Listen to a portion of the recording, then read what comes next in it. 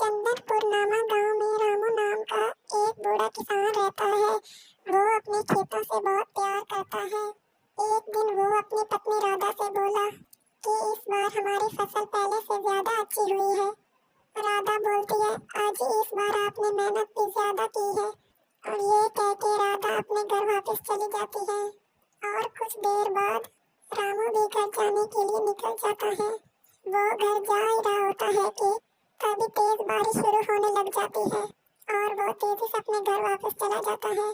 और उसी गांव में रामू का एक दोस्त शामू भी रहता था और शामू अपने दोस्त रामू से बहुत जलता था। वो कहने लगा कि इस बार रामू की फसल कुछ ज्यादा ही अच्छी हुई है। काश कुछ ऐसा हो जाए कि रामू की फसल बर्बाद हो जाए। और फिर अगले दिन रामू सुबह सुबह अपने घर से निकलता है और जैसे ही वो खेतों में पहुंचता है और वो देखता है कि एक गाय उसकी फसल खा रही थी। और वो कहने लगा कि बेचारी पता नहीं कब से भूखी होगी, मैं इसे खाने देता हूँ फसल।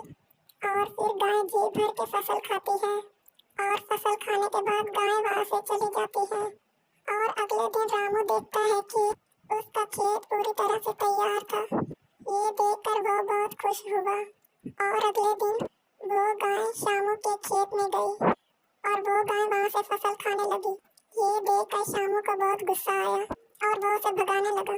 और फिर अगले दिन शामू की फसल पूरी तरह से सूख गई और वो वहां बैठ के रोने लग गया।